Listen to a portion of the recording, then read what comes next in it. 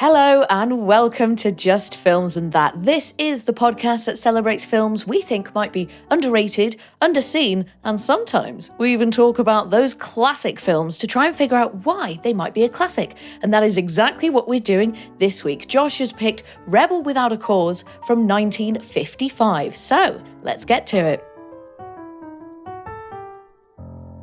So, Josh, before we get stuck in to Rebel Without a Cause, I believe we've got a bit of an exciting announcement to make. A little bit of newsy news is what we've got for the guys at home. I love news. You love news. You love I old. do. I do. Like this week's film. Basically, starting with next week's episode, we are going to be launching our Patreon. Loads of tiers available. We'll put more details out near the time, but if you go on patreon.com/justfilms and that, you'll see all the tiers there where you can get lots of extra content, a few of extra bits, suggest episodes, get in touch, loads of stuff. We'll put it all out there next week when it comes out. But yeah, check it out, patreon.com/justfilms and that.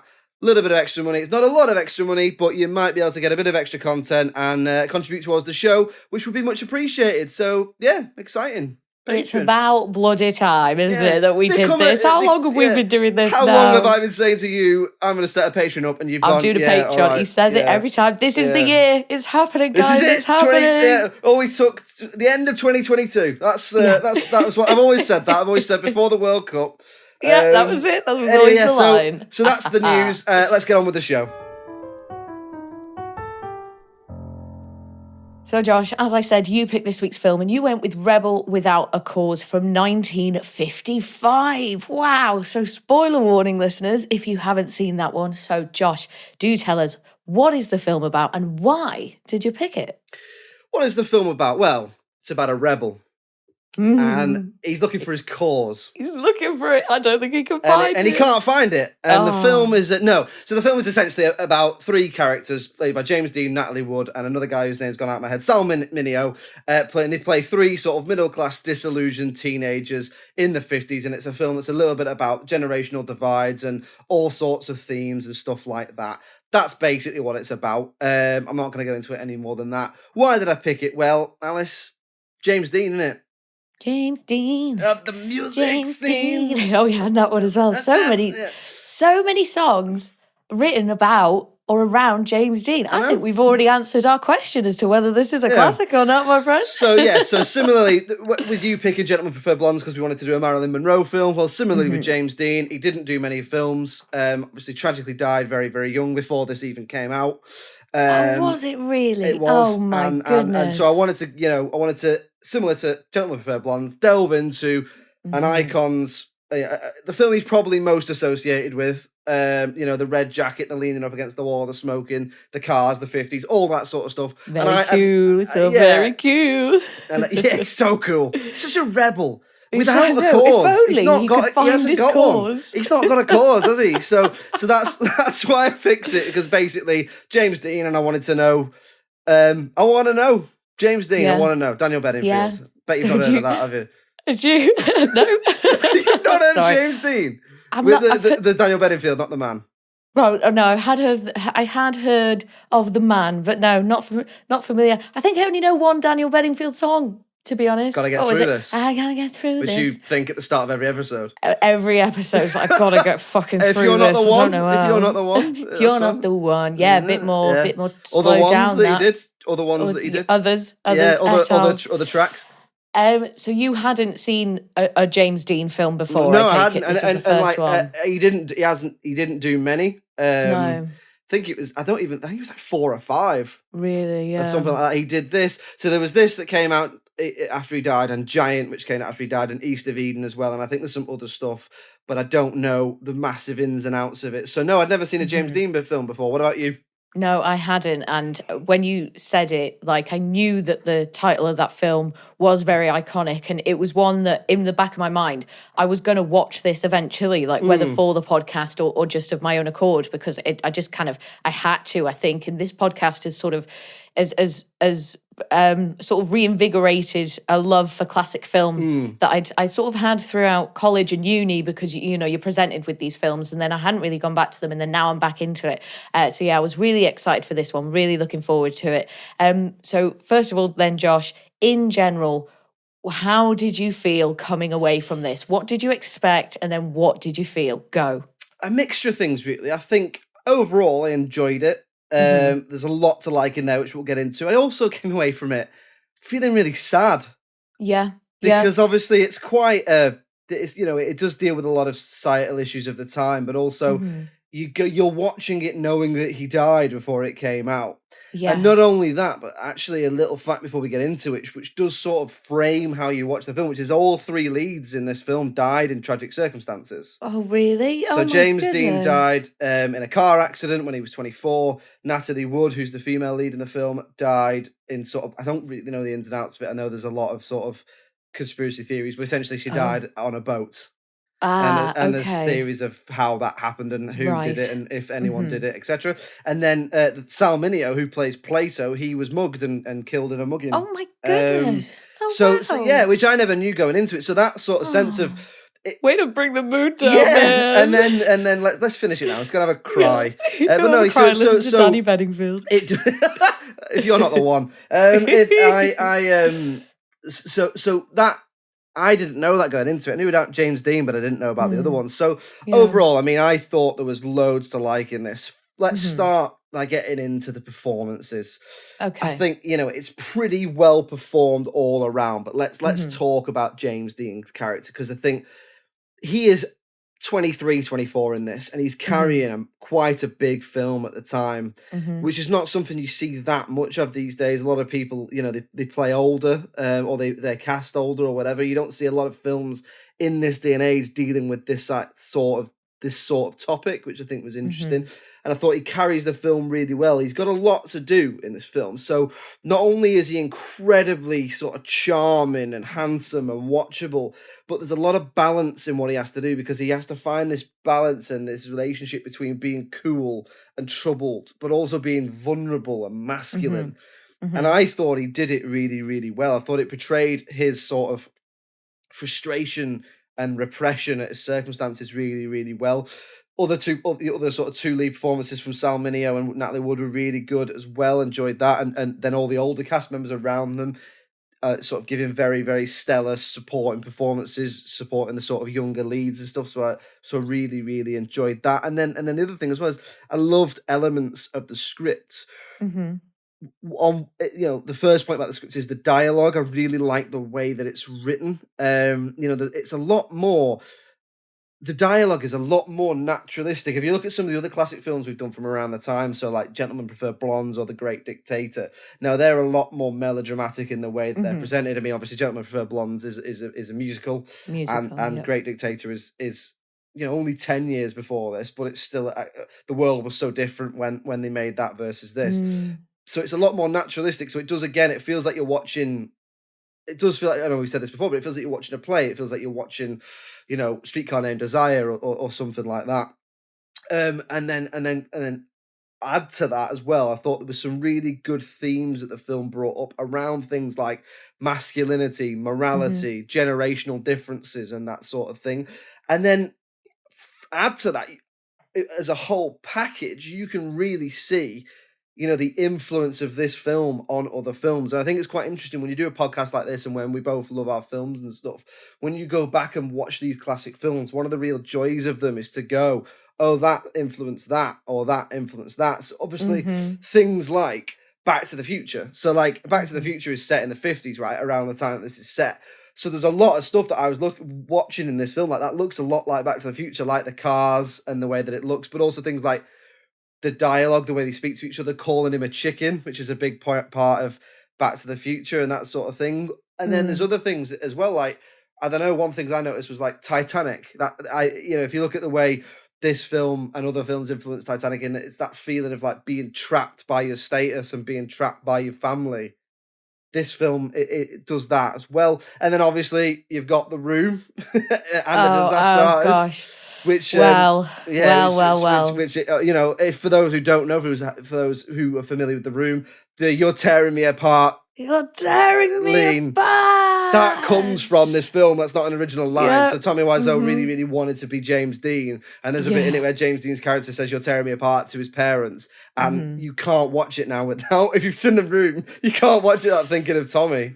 Yeah, yeah, and unfortunately, and it's a bit of a shame because that's obviously meant to be quite a serious Yeah, and yeah. a significant moment. But yeah, I laughed. Of course, I laughed, and I was it was a great moment, but I think for the wrong reasons. Yeah, but so overall, yeah, that that's what I liked. I liked a lot about it, but the performances, the script, and the sort of legacy of the film, I thought were quite Mhm. clear to see and quite clear to be enjoyed. Really. So, what about you? What did you like about it? So I did. You've touched on like most of this already, but yes, I did quite enjoy some of the ideas and the themes that are explored here, particularly around kind of teenage angst and men's mental health. Mm, So Jim seems to be really struggling with his mental health, and he's not sure how to process it, and the people around him don't really know how to process it either. And during one of the first sequences, he starts crying, but like he's not called a wimp. A wimp. The film doesn't expect him to man up, and his emotions aren't ever painted in a negative way. And I thought this was really progressive for the time. mm. And I feel like, and we've said this already about some of the other classic films we've done. So now I'm starting to wonder really if our impression or our view of classic films and narratives is all wrong, because this almost feels like there was a period of time, perhaps through the 50s and maybe into the 60s, where we did see some really progressive and sophisticated scripts and stories. But then things kind of got worse as the film industry expanded and evolved. And then now we've come back around again as we become like more socially aware and more socially conscious. So I don't know, but it's always interesting to see like when these things, when you take a look back at classic films, and I was just surprised at how they dealt with that sort of thing. And it Mm. wasn't for a joke. It wasn't like, No, it he's clearly shows very it. sensitive It and shows. stuff. It really shows male vulnerability Yeah, and things yeah. like you say around masculinity. Like one of the big things in this film is that James Dean's character is absolutely desperate for his dad to sort of stick up for him and Stand and up and and and, yeah, and and stand be up to be his mum. what his idea of a man in inverted commas Mm, is, and he's not. Which is, if hmm. you think, it's a really interesting idea that for a sort of 70 odd, almost 70-year-old film. Absolutely. And as we've said before, I think we said with Gentlemen Before Fur Blondes, how can these films be more progressive in their ideas than Mm, some comedies and some other films from the like early 2000s and late 90s? It's mad. yeah. It's mad the sort of journey that morals and representation and all that sort of stuff has gone on, Hmm. over that period. Because this film, it could have been made now. Hmm. There's Hmm. not really anything in it that you think massively dates it.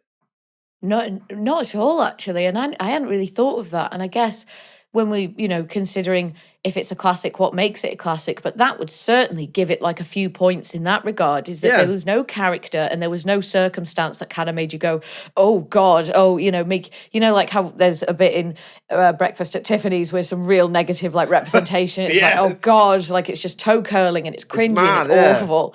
And then there wasn't any of that in No, this at all, so was so there? say for the fact that you can sort of tell by the dialogue and the way that some of the words they use that it's aged a little bit, and yeah, okay, there's absolutely no diversity in the cast, more or less. Oh, yeah, wow, But yeah. other than that, you could say this was made now.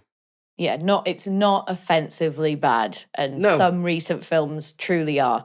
So yeah, like you touched on it there. So there's this exploration into kind of what you would call, I guess, non-traditional masculine, air quotes I use, traits from his dad, who seems to be a bit scared of his wife, so Jim's mum. And then Jim is quite vocal about the fact that he doesn't love the way that his mum treats his dad and wishes he'd stand up for himself. And he seems to have quite a complex relationship with his parents that I think goes beyond just being a moody teenager. And again, it's quite an interesting take and not something that I was expecting to see in a film from the 50s. Mm. And then the thread about like teenage angst and about feeling like you don't belong and feeling lost and so unsure of yourself. I think James Dean really captures the essence of these things really well. So he's like this flawed character. He says early in the film when he gets taken into the police station for being drunk that he just wants to hit somebody. And he's definitely not perfect and he's not this all-American guy. And I do like that. And in general, I Mm. thought that all the performances were pretty strong and the script was good for the most part, like you said. What did you And I think do of what just did you think of him? What do you think of James Dean? it was so I didn't feel so when we watched and I know we keep going back to it, but they were the two best ones, Gentlemen Prefer Blondes and The Great Dictator. Yeah. So when we were watching Gentlemen Prefer Blondes, like when Marilyn Monroe and Jane Russell were on screen, I really felt something. Like there was like gravitas there. I was like, wow, look at these like women go sort of thing. And I felt the same with Charlie Chaplin as well. Didn't quite feel the same thing. No. And I think that's to do with a few of the reasons that we'll get into in the dislikes. But in a way, I didn't quite connect with this film as strongly as I have done with others. Yeah. Because you've got a cause, all the haven't you? You're a performances. rebel with a cause. So I have got a cause. You've got Listen, a if you're cause. going to be a rebel, you've got to have you've a got to have one. cause. If You've you're got to going have to one. first day of rebel school, Yeah. you pick your Don't cause. talk about rebel school. Yeah. And then day two. Anyway, so what else? What else? Yeah, just touching on, touching off, from like the performances and the script and that. So I just wanted to highlight my favourite part in the whole film, which is where Jim, so he sees his love interest, Judy, so that's Natalie Wood, walking past his house. And to say hello to her, he jumps up in the air, so his head just pokes up over the fence for a second and says, hi. And that just really tickled me. I thought it was such a funny, weird thing to do. Not in a million years But there is did I expect to see him jumping like that. There is some little funny moments in there as well, because obviously James Dean, you're associated with being the king of cool. And you're associated with being very withdrawn. He was a little bit But yeah, there's dorky. bits in it where there's that bit where he's being particularly dorky. There's also the bit where that made me laugh is when he's doing the police siren. So he's in the police. Yeah, so he's in the police station, and the siren's going past, and he's going. And the guy's going, stop that. That's funny as hell. That's really funny. That's You're so right, daft. yeah. And again, it's sort of not quite, you don't quite expect to see that sort of humour, A, in a film that's so old, and B, I guess, from someone like James Dean, who, like you say, he's like, oh, he's too cool, like the hair, the smoulder, like all of this. And it's like, oh no, he's just going in the police station. I really loved some of the like factors, techniques, and then just general points that remind you of old films and remind you that you're watching an old film. So we've got a bit of through the keyhole cinematography going on. I think it's when Jim is looking through the door of the police interrogation room at his family who have come to pick him up. You've also got these camera movements that make it feel like the camera is massive and heavy and being moved around by about 3 different people.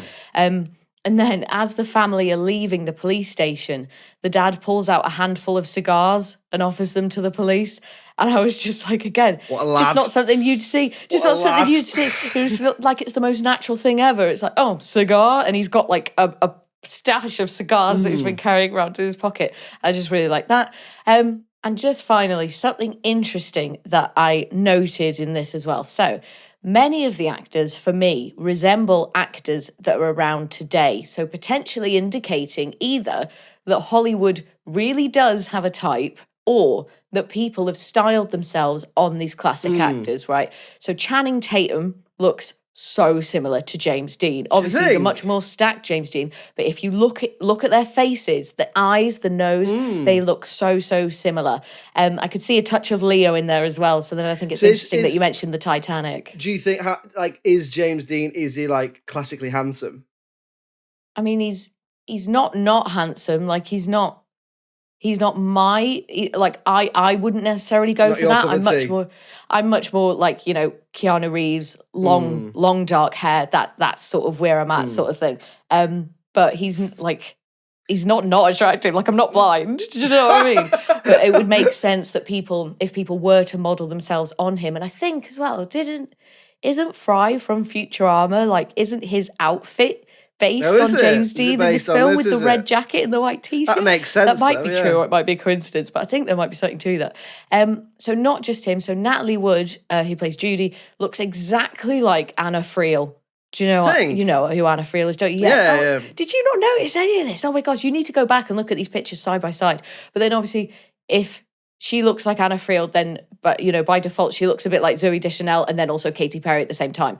And even some of the side characters. So I thought I saw a guy in there who looked really like Tobey Maguire, and then another one who looked like Harry Styles. And I just thought it was something quite interesting. And I, you know, is it that Hollywood just likes, people who look like that? Is that a type We're that also Hollywood has? I think also a lot of, I don't, I'm not a particularly fashionable person or anything, but a lot of the 50s fashion's back in now, isn't it? Like the hair and a lot of the clothes and stuff like that. So that vintage look probably probably really helps that idea that Definitely. they look similar. Like you say, definitely see Zooey Deschanel / Katy Perry with Natalie Wood. Anna Friel didn't come to mind. Like, it's the big eyes, isn't it? Big eyes, brown hair. Yeah, honestly, bring up a picture of Anna Friel and then Natalie Wood together side by side and see what you think. And do the same with Channing Tatum and James Dean as well. I can't be the first person who's thought this. We'll move on now then to talking about anything that we perhaps didn't like about the film or anything that we would change. So Josh, let's come to you first. What are you thinking here? So there is one big issue with this, which is one we've sort of tackled before, which is around exposition. So I feel like I wanted more from certain characters' backstories to sort of know more about their motivations and the reasons for them being the way they are. Now, this is, I believe, based on a book, but I believe it's not. I don't think it's like a novel. I don't think it's it's a prose or anything like that. I think it might be a psychiatrist book about the sort of mind, the mindset of a teenager. I'm not 100% certain, but the impression I got was because it is based on a book, perhaps I don't really know the ins and outs of the book, but if it is based on a book where there's characters, then they didn't do enough in constructing those characters. So I'm not too sure, but taking the book issue out of it, I think the film needs to explore the expositions around stuff other than the odd brief scenes. So, for example, it starts with all three of the main characters in the same police station. They're all there for different reasons, and they're all there for different specific reasons, but the idea is that they're all sort of disillusioned with their home life for various reasons. So Jim, his parents are always bickering and his dad isn't what he thinks of as a man, so he really struggles with that. Judy really struggles with the sort of idea that her dad doesn't love her since she's become older. And Plato really struggles with the idea that his parents just aren't there and he's sort of being raised by his housekeeper. And all three of them actually have different daddy issues, basically. And I think more probably could have been done with that, but a lot of it is really unclear. So, for example, the main character, Jim, is really, really dysfunctional. He's really, really torn up. And it's hinted that his family have moved him around a lot because of him being dysfunctional. Like maybe he's got into trouble at different schools, got in trouble with the police. But you never actually find out what that is. And you never actually find out what has happened. All you know is that at the first sign of trouble, the mum insists that they move and he doesn't want to, blah, blah, blah, blah. And then again, same with Judy's character. She seems to really have this want for love of her dad. And she doesn't get it, but it's not clear why she doesn't get it. And then same with Plato, because Plato is particularly sort of is really struggling in this film. It's really messed up, and spoilers, it ends up with his death.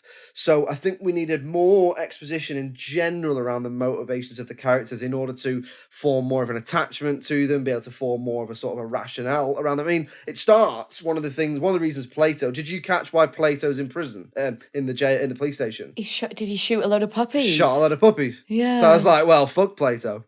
Yeah. I was like, I immediately was like, well, that's all. I know obviously this is a long time ago and animal rights has come on a long way and all that. We don't need to get on with that. But he still shot a load of puppies, right? He did. You've got the shoot the puppy moment at the very beginning of the film. Yes, animal rights have come on, but at the end of the day, dogs are pretty beloved by a lot of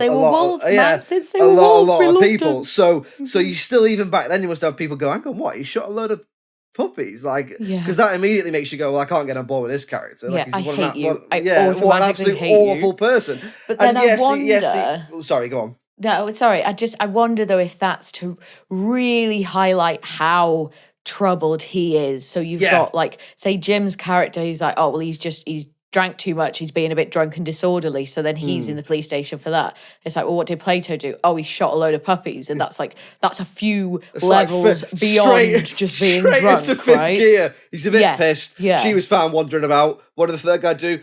He shot a bag of puppies. What? Exactly. So it's a bit of this, a bit of that. It's the different levels, isn't it? It's like the different levels of transgression. But then he does. like you said, he does end up dead at the end of Yeah, the he film, does, and he he does. is really troubled. Like, He's very isn't he? troubled, So yeah. much more troubled than the And others. it's unclear. I suppose the other thing with him is it doesn't make it look like it's a good thing that he's killed all these puppies. No, But he's not like crowning him for shooting the puppies. You're unclear how you're supposed to feel about him because he does seem very troubled, but also very wide-eyed and innocent, and looking up to Jim as a father figure and all this.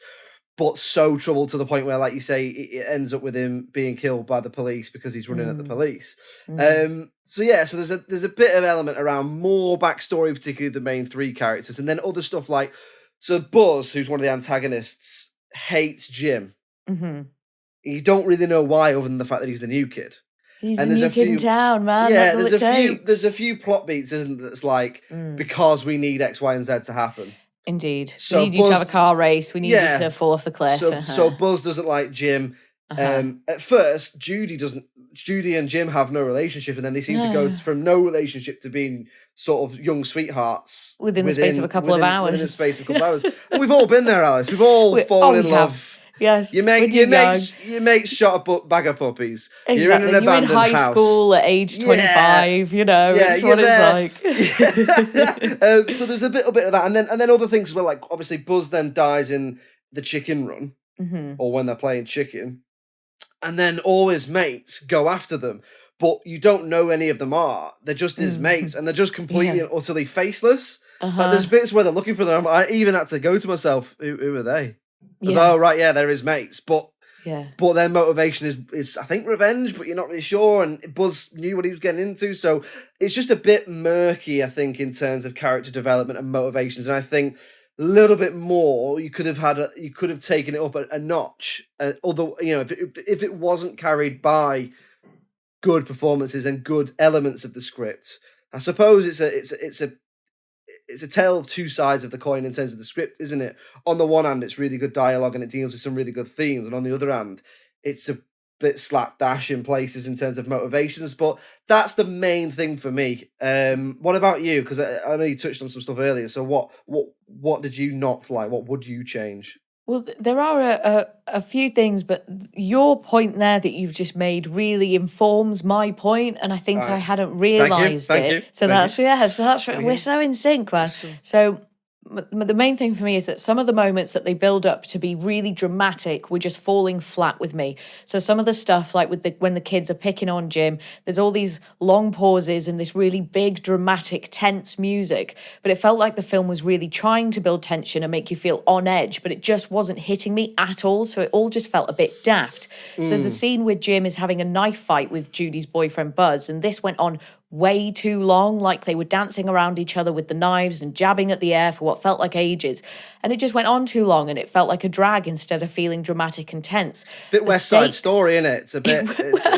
Now that you mention it, it was a little bit without the music. The stakes just don't feel high enough for the amount of drama that is trying to be conveyed on screen. So then I think what you've said there in not getting these bits of exposition of knowing, well, why do these characters truly feel this way? I really need a little bit more from you to know, why does this matter? Why is this dramatic? Why is this tense? And why are you doing this?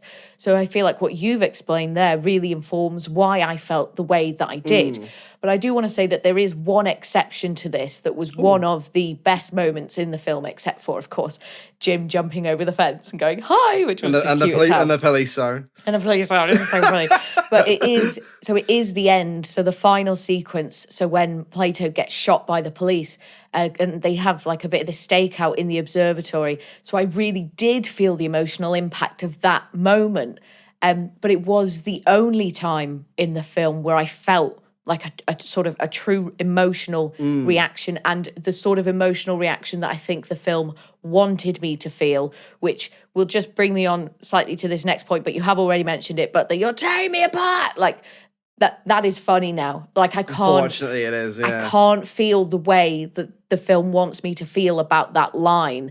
And James Dean is obviously, he's crying, he's a mess, he's pretending to be drunk and then vulnerable and all this, like he's really, really acting. And I feel like if they were any other words, or if Tommy Wiseau hadn't latched onto it in the way that he did, it could still have that dramatic impact.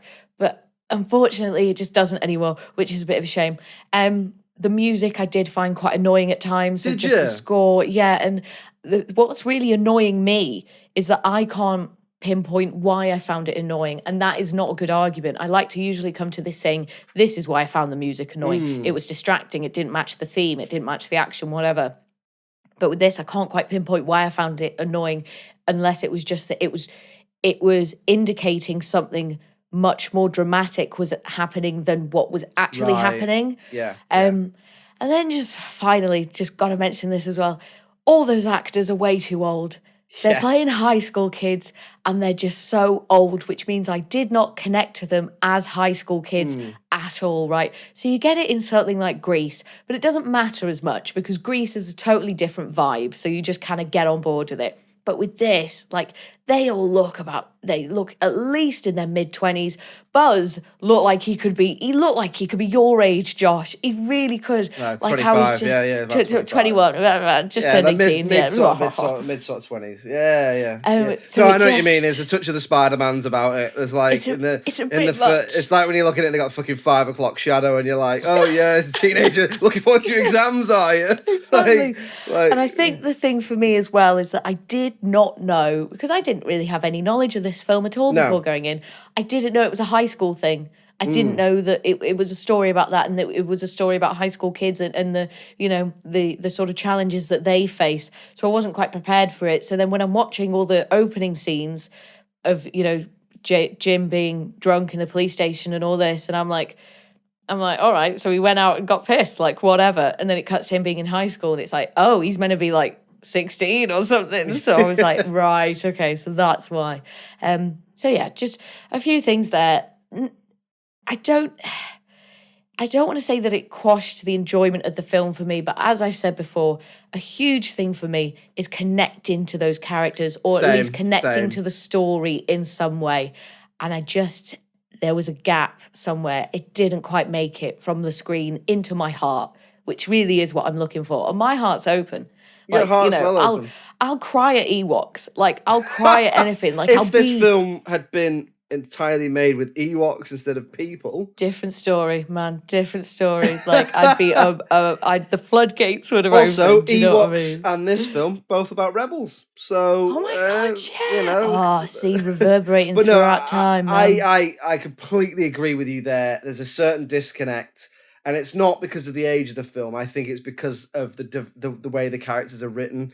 I think you needed a little bit more meat on the bone in order to connect to particularly your leads, to know why they did certain things. So in that sense, I think that there is a bit of an issue there with this, particularly with the script and that development.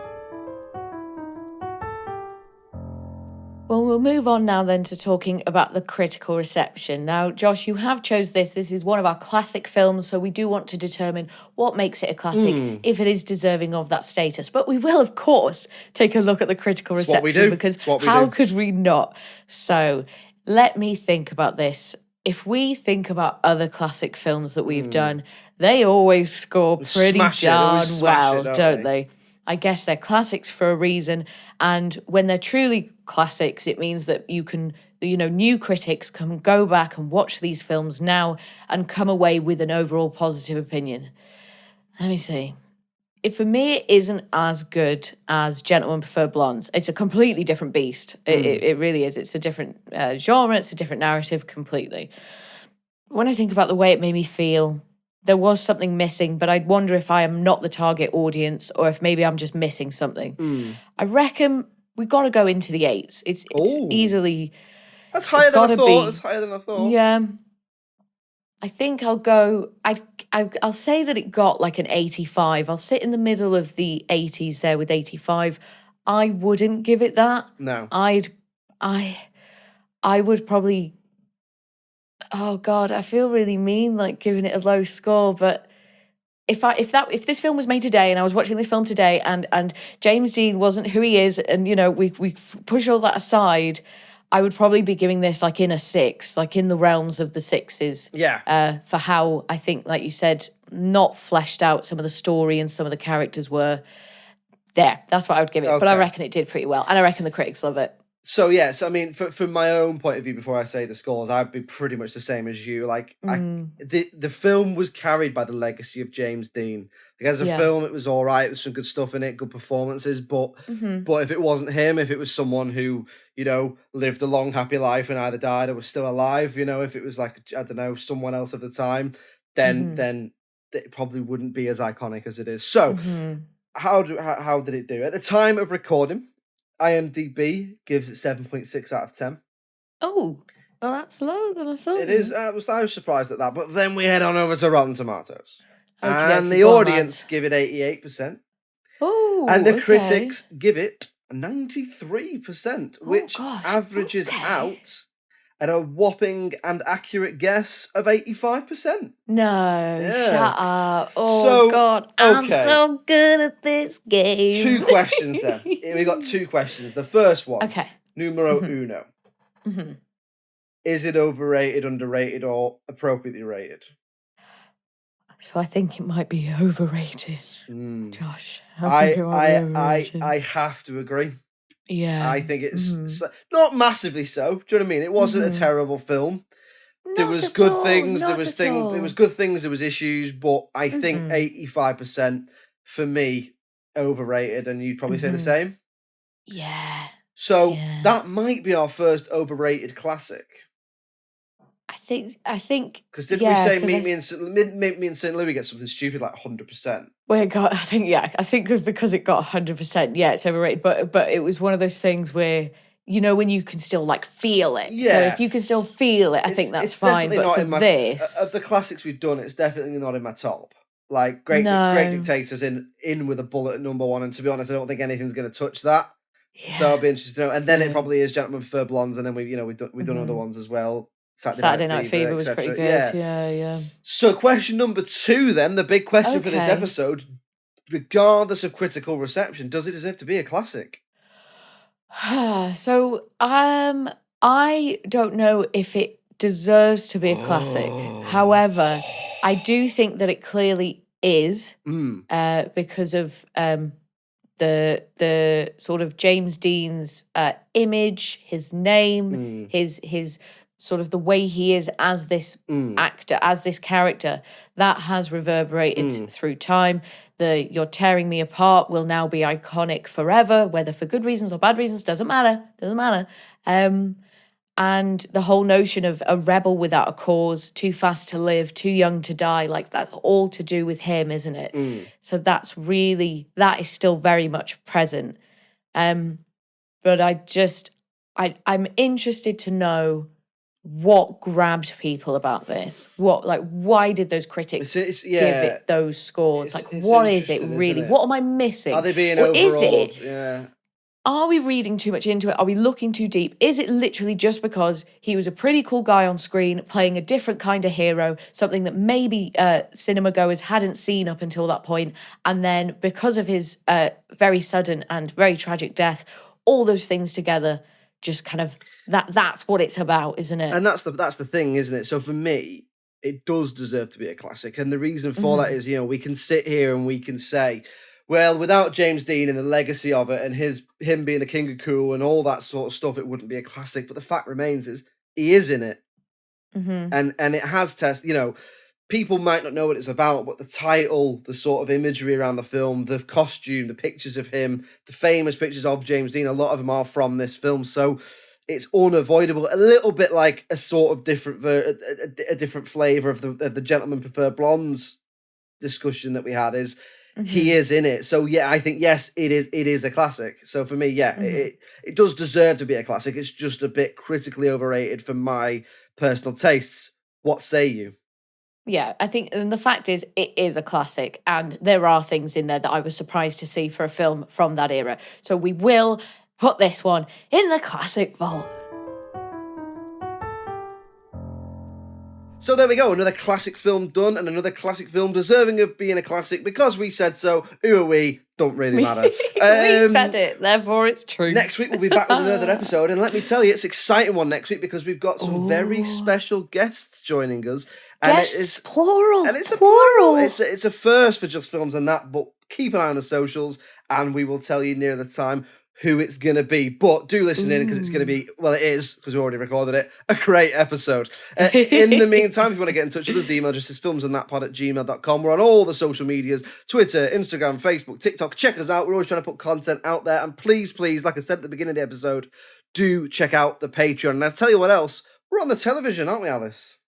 We are indeed. Every Friday evening from 6 p.m, we are on the local TV network. So if you live in Birmingham, Bristol, Leeds, Liverpool, or the northeast of England, you can find us on Channel 7 on Freeview. Or if you live in North Wales or South Wales, you can find us on Channel 8 on Freeview. Or if you live anywhere in the UK, you can find us on Channel 188 on Sky. That's every Friday evening from 6 p.m. Me and Josh talking about all our favourite underrated, underseen films, and sometimes the odd classic as well. Yes, indeed. Lots of ways to see us and hear us. Aren't you lucky? And again, as ever, thank you so much for your continued support. It really does mean a lot. And all I'll say before I go is little tease for next week is, Alice, did you touch my drum set? No. Goodbye Definitely from me. didn't touch your drum set. Cheerio. Bye.